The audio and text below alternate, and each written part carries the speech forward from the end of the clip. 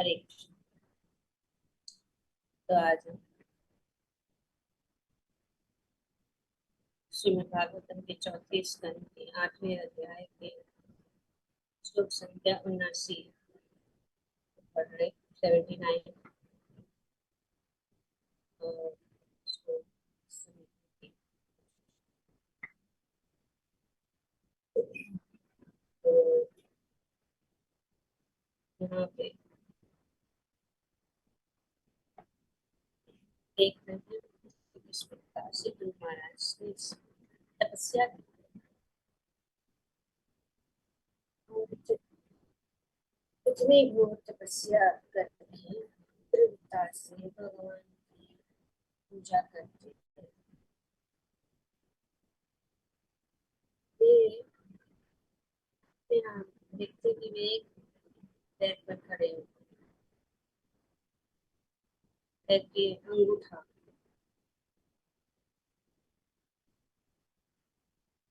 ध्रुव महाराज ने अपने एक पांव पर अविचलित भाव से खड़े रहते उनके पांव के भार से आधी पृथ्वी इस प्रकार नीचे चली गई जिस प्रकार की हाथी के चढ़ने से। तो यहाँ पे ध्रुव महाराज की तुलना एक हाथी जो बच्चा है, बच्चा हाथी बहुत ही इस बात को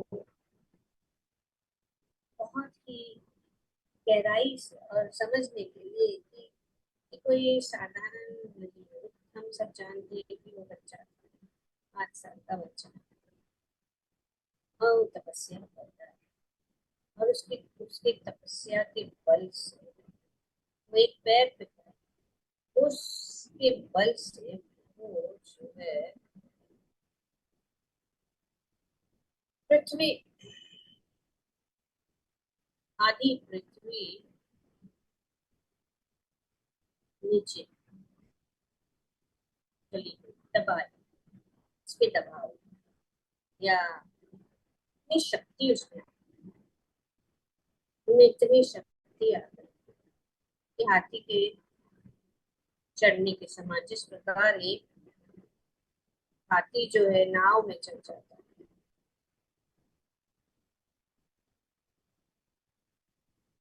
उसके प्रत्येक कदम से नाव कभी बाईं और दाईं ओर इस प्रकार से गिरती है। तो प्रभा जी अपने तात्पर्य में बताते हैं कि जो शब्द है पार्थिवार मतलब राजा, अर्ब राजा का पुत्र था। तो ये बहुत इस श्लोक शब्द, हर एक शब्द, हर एक अर्थ, हर एक तुलना जो है बात को बहुत ही स्पष्ट रूप से हमारे मन में बैठ। पहली बात ये थी वो बहुत बच्चा है, वो आई मीन वो बच्चा है और वो कोई बड़ा व्यक्ति नहीं है। और बच्चा होते हुए छोटा बच्चा बालक होने के कारण वो तपस्या, बच्चा होने के बाद भी उसने इतनी घोर तपस्या की जो हम भी नहीं कर सकते। तो इतनी घोर तपस्या और इतनी दृढ़ता से उसने भगवान की पूजा की कि उस तपस्या और पूजा के फल से वे आधी पृथ्वी जो है वो अपने पांव के भार से नीचे कर दी। दूसरी बात ये है कि वे राजकुमार, वे राजा का पुत्र है। और जब वे घर पे थे तो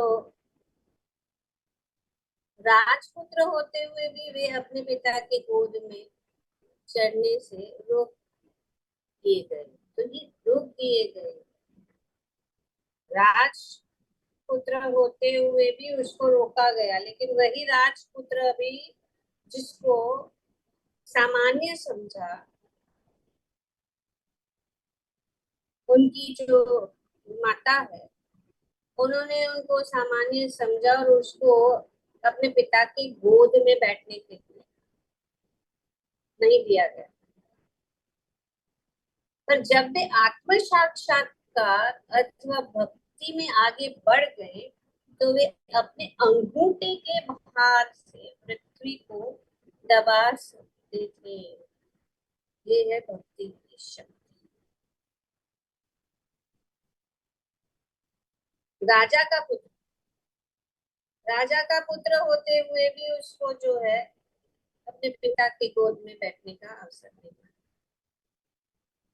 राजा का पुत्र होते हुए वो इतना छोटी आयु में छोटा बालक अकेला वन में जाकर ऐसी तपस्या की और ऐसी दृढ़ता से उन्होंने भगवान की पूजा की और ऐसी दृढ़ता से उन्होंने अपने गुरु का के आदेश का पालन किया। और क्योंकि उन्होंने इस प्रकार से जो भी उनको सलाह दी गई नारद मुनि द्वारा, उन्होंने उसी प्रकार,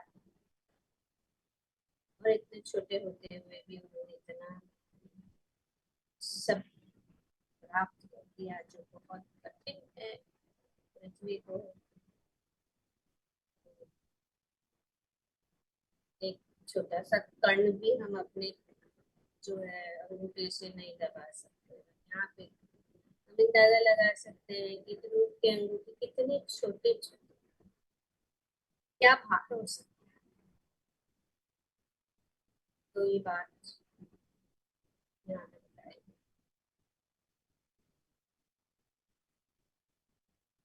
पर ये किसके कारण? आत्म साक्षात्कार, भगवान की भक्ति, भगवान की पूजा, तपस्या। तपस्या से बहुत शक्ति मिलती है। जब हम तपस्या करते हैं भगवान को प्राप्त करने के लिए तो परिवर्तन ये हो जाता है कि जो शक्ति हमारे अंदर है, वो शक्ति आ जाती है। तो ये सामान्य चेतना और कृष्ण चेतना का ये अंतर है। ये अंतर कृष्ण भावना भावित व्यक्ति और सामान्य व्यक्ति। सामान्य व्यक्ति बहुत कुछ प्राप्त कर सकता है लेकिन सीमित है। उनके शरीर ही के सीमा के अंदर जो जो उनका शरीर करने देता है वही कर सकता है, पर उसके आगे उसको कुछ नहीं है। पर जो आत्म साक्षात्कार, जो आत्मा के स्तर पर आ जाता है, आत्मा के स्तर पर बहुत शक्ति प्राप्त कर सकता है। यहाँ पे उदाहरण किस प्रकार की पूरी पृथ्वी को नीचे दबा दिया। सामान्य चेतना में राजा के पुत्र को भी उनका पिता उसी वस्तु के लिए मना कर सकता, उसी वस्तु के लिए मना कर सकता है कि तुझ जब व्यक्ति हृदय में कृष्ण चेतना से युक्त हो जाता है तो उनके अंगूठी की दाब से पृथ्वी को धकेल सकता है, कुछ भी कर सकता है, कुछ भी प्राप्त कर सकता है। ये सीमित, ये अंतर है सामान्य चेतना और कृष्ण चेतना में, ये अंतर है।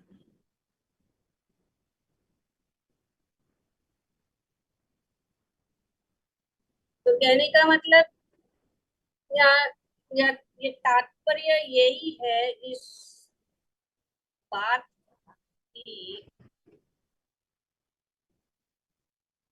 भक्त जो है,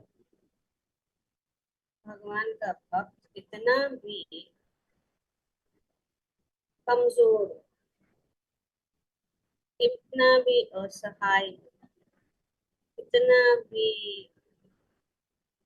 ज्ञानहीन हो, भक्ति से और दृढ़ता से वो सब ज्ञान को प्राप्त कर सकता है, सब कुछ कर सकता है।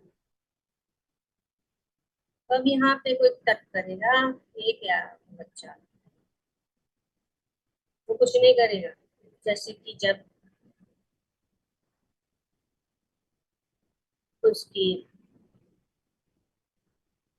जो की माता थी,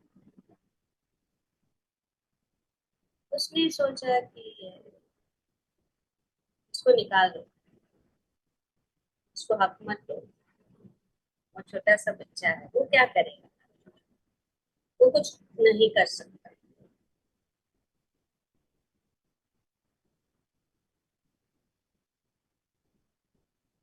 तो कोई तर्क कर सकता है या कह सकता है कि ऐसे कैसे हो सकता है, वही ध्रुव जिन्हें पिता की गोद में चढ़ने से मना कर दिया गया था, सारी पृथ्वी को किस प्रकार हिला सकते, मानने के लिए तैयार है, बोलेंगे तर्क करेंगे। और ऐसा जो तर्क है विद्वान प्रसन्न नहीं करते, क्योंकि यह नग्न मात्र का तर्क शास्त्र का उद्धार है। ये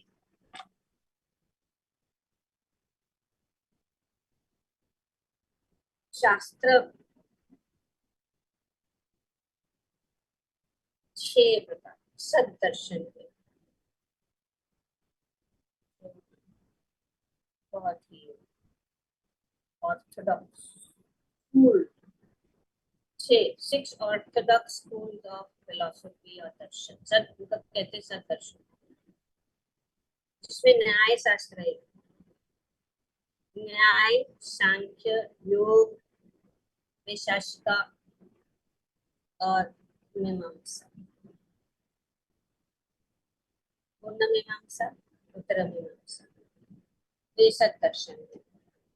6 टाइप्स ऑफ फिलोसफी, न्याय न्याय न्याय शास्त्र जो है तो इसको तर्क शास्त्र, तो उसमें बहुत सारे तर्क कवर है, और इसमें से ये एक तर्क प्रकार का तर्क है। अनेक अनेक प्रकार के तर्क होते हैं, जैसे कि आगे भी हम पढ़े थे वो, और हम जानते भी है ये सब तर्क।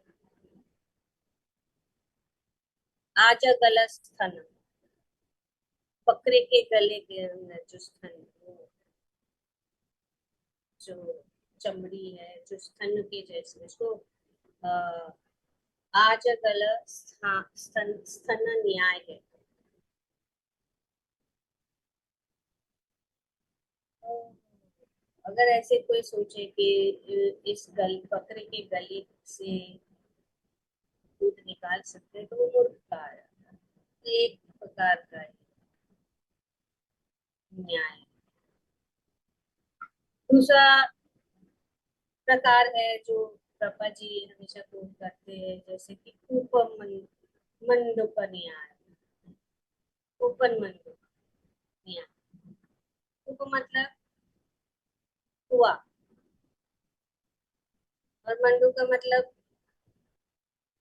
क्या कहते हैं, फ्रॉग।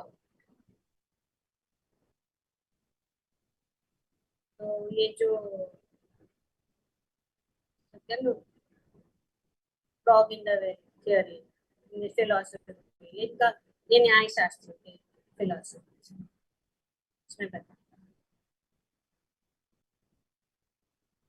तो फ्रॉग, तो जैसे कि जो ये फ्रॉग को क्या बोलते हैं हिंदी में, मैं भूल गई, वो जो क्या है, कुएं में रहता है, मेढक मेढक मेढक है, वो कुएं में रहता है और वो सोचता है मेरा कुआं ही सब कुछ है। तो यही है एक प्रकार का ये न्याय शास्त्र में, जो मेढक है वो कुएं में रहता है, वो सोचता है कि मेरा कुआं ही सब कुछ है, कुएं के आगे कुछ है नहीं। तो एक कहानी ऐसी है कि एक मेंढक रह रहा था, तो एक मेंढक था वो कुएं के बाहर निकला, और उसने जब वो कुएं के बाहर निकला तब उन्होंने देखा कि अरे कुएं से तो इतने बड़े सागर है, इतने बड़े जल के सब है, विशाल जल के, जैसे कि नदियां है या सागर इतना बड़ा, तो उसको कहते हैं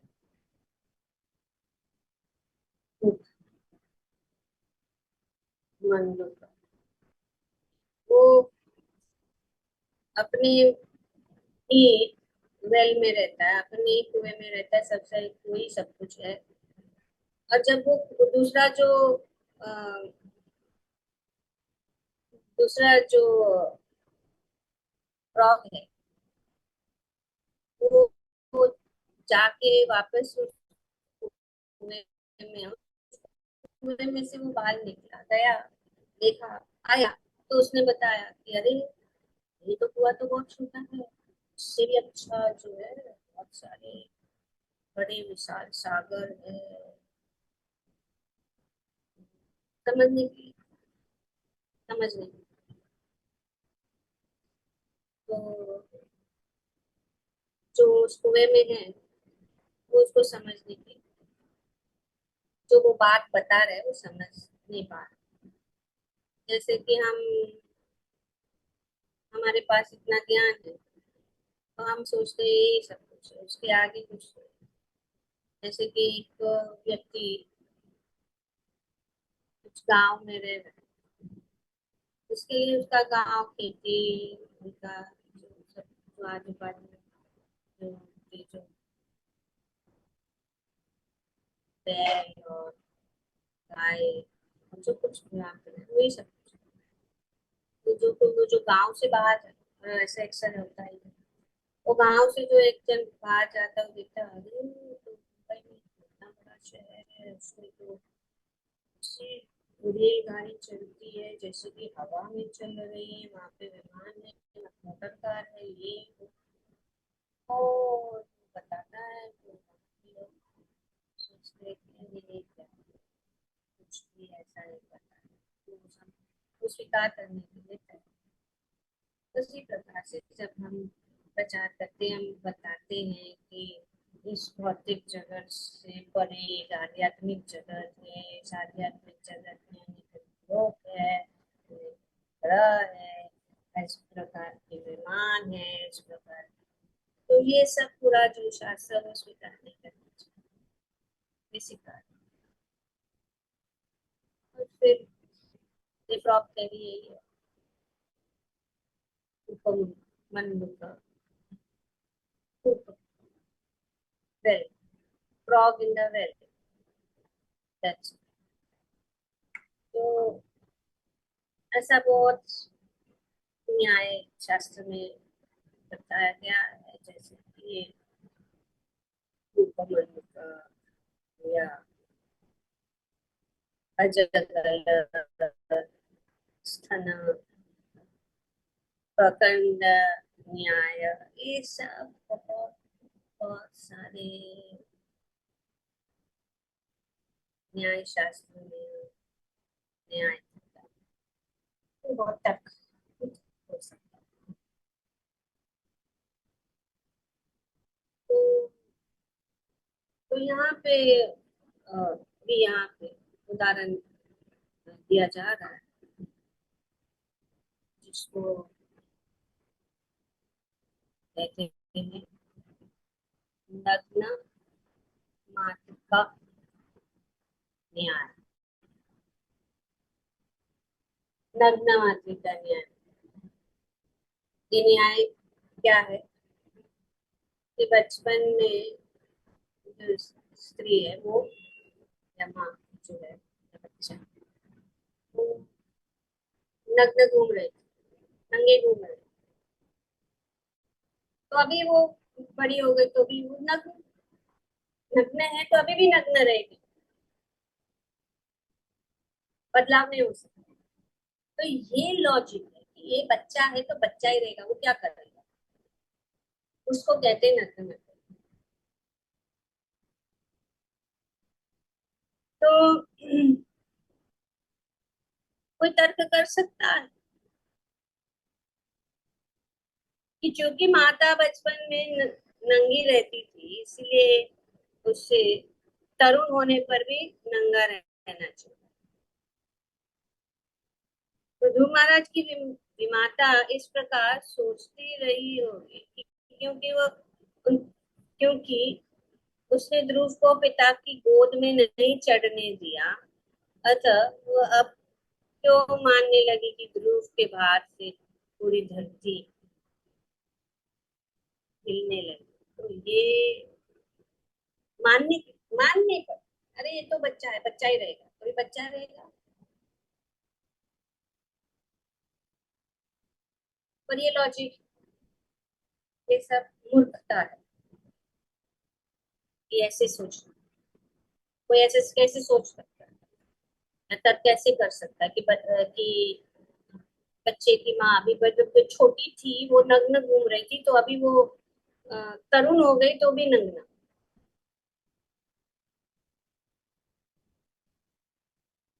तो जैसे कि कभी अभी ये कोई व्यक्ति उनका कोई अस्तित्व नहीं था, अभी उसको अस्तित्व मिल रहा है तो वो अस्तित्व कैसे हो सकता है।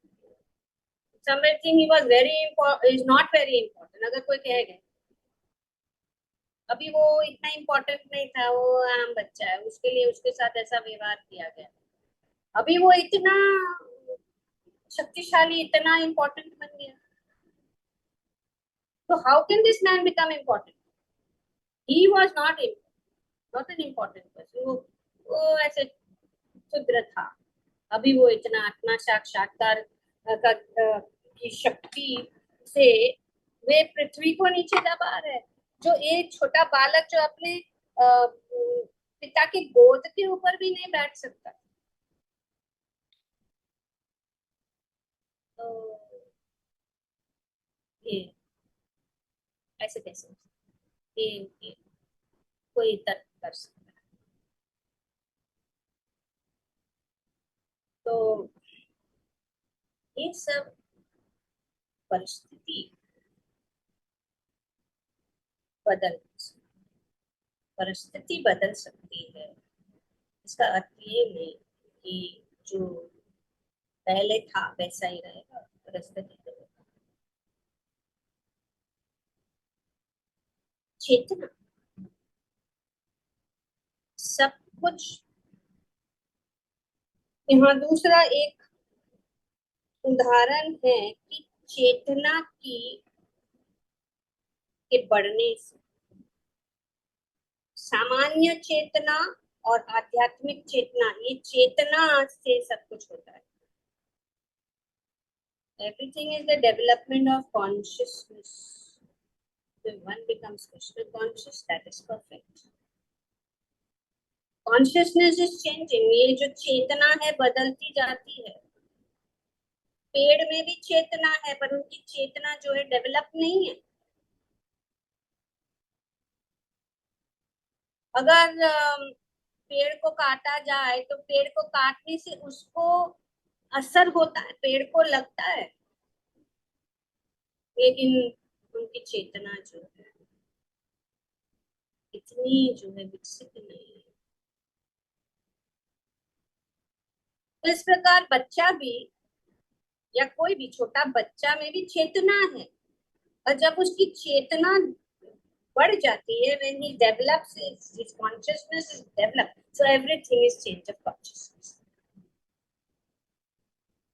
This is called consciousness, चेतना।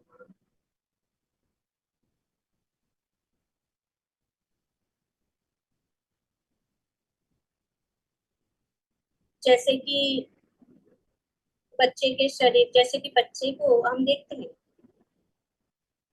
अ, बच्चे को एक्चुअली भाई वो खेलता है, उसको कुछ लग जाता है, और फिर भी उसको कुछ वो चलता रहता है, क्योंकि उसकी चेतना, इज नॉट कॉन्शियस, कॉन्शियसनेस ही सब कुछ है कि उसको लग गया, उसका उसको उसके पैर में खरोच आ गई या कट गया थोड़ा, फिर भी वो खेलता रहता है क्योंकि उसकी चेतना जो है। तो इसी प्रकार से ये जो पेड़ है उनको काटे तो उनको लगता है, लेकिन डेवलप नहीं है।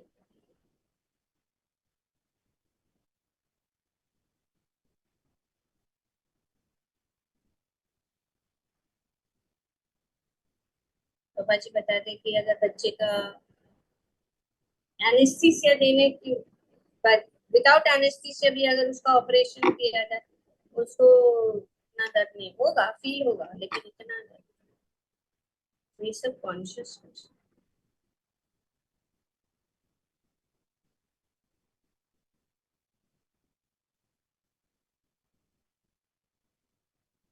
तो ये मनुष्य और बाकी के जो दुनिया है, पेड़ पौधे या पशु वगैरह, उनमें भी चेतना है, लेकिन लेवल वाला।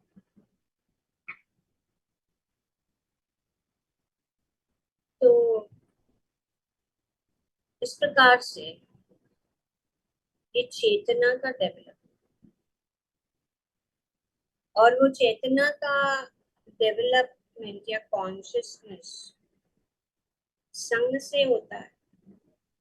जैसे कि उन्होंने संग प्राप्त किया, नारद मुनि, संगात संजयते, संग, संग का प्राप्त करने से चेतना का डेवलपमेंट हुआ, और इसीलिए उन्होंने उनमें इतनी बड़ी शक्ति आ गई। तो ये सब यहाँ पे हम देख सकते हैं कि हमें किसी को भी कमी नहीं समझना चाहिए, हमें किसी को भी कमी नहीं समझना चाहिए, कि जो कमी लगती है वो शक्ति में बदल सकती है, जो कमजोरी लगती है वो जो है उसमें, जो कमजोर लगता है उसमें शक्तिशाली बनने की क्षमता, में से तर्क नहीं कर सकते, जो न्याय शास्त्र में बताया। अर्थात अवश्य ही अत्यधिक आश्चर्यचकित वो हुई होगी उनकी भी माता के, अरे इतना छोटा बच्चा, उसने ऐसे कैसे, उसमें ऐसी शक्ति कैसे आ गई। तो it is all an development of consciousness. जिस प्रकार से हम चाहते हैं कि हमारी चेतना को हम बढ़ाए, अपनी चेतना को एक्सपैंड करें, एक्सपेंशन ऑफ कॉन्शियसनेस या कृष्ण कॉन्शियस में, तो और भी जल्दी आ जाए, जैसे कि ध्रुव महाराज। क्यों? क्योंकि उसका रास्ता सुगम है, सरल है, श्रवणम कीर्तनम विष्णु स्मरण। अगर हम इस प्रकार से ध्रुव महाराज का जो उदाहरण है उस उदाहरण को हम समझे, कोई भी कर सकता है। ऐसा नहीं है कि अरे ये आजकल का आया हुआ बच्चा भी कैसा ऐसा। Level of consciousness. अच्छा,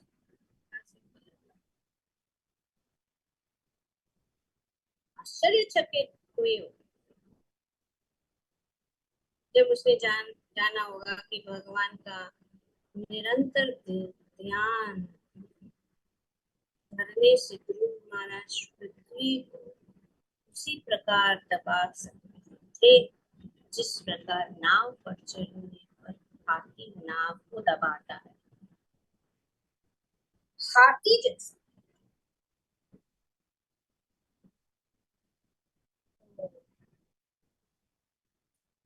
ये है भगवान का निरंतर ध्यान करना। निरंतर ध्यान करने से हम शरीर के ऊपर उठ सकते हैं, आत्मा के स्तर पर आ सकते हैं, और आत्मा के लेवल पर आने से हम जितनी भी जो भौतिक चीजें हैं उससे पार हो सकते हैं। Come to the level of soul. क्योंकि अगर हम आत्मा के स्तर पर आएंगे तो कितना भी कष्ट क्यों ना हो, शरीर मन इंद्रियों के द्वारा, उससे हम ऊपर उठ सकते हैं। और उसके लिए एक ही रास्ता है, भगवान के ऊपर निरंतर ध्यान करना, भगवान की निरंतर पूजा करना, भगवान के नामों का उच्चारण करना। और इस प्रकार से हम सभी जो पीड़ाएं हैं, कष्ट है, उनसे हम पार कर सकते हैं और इस सागर को पार करके भगवत धाम वापस जा सकते हैं। ग्रंथराज श्रीमद् भागवतम की जय। ओम तत्सत।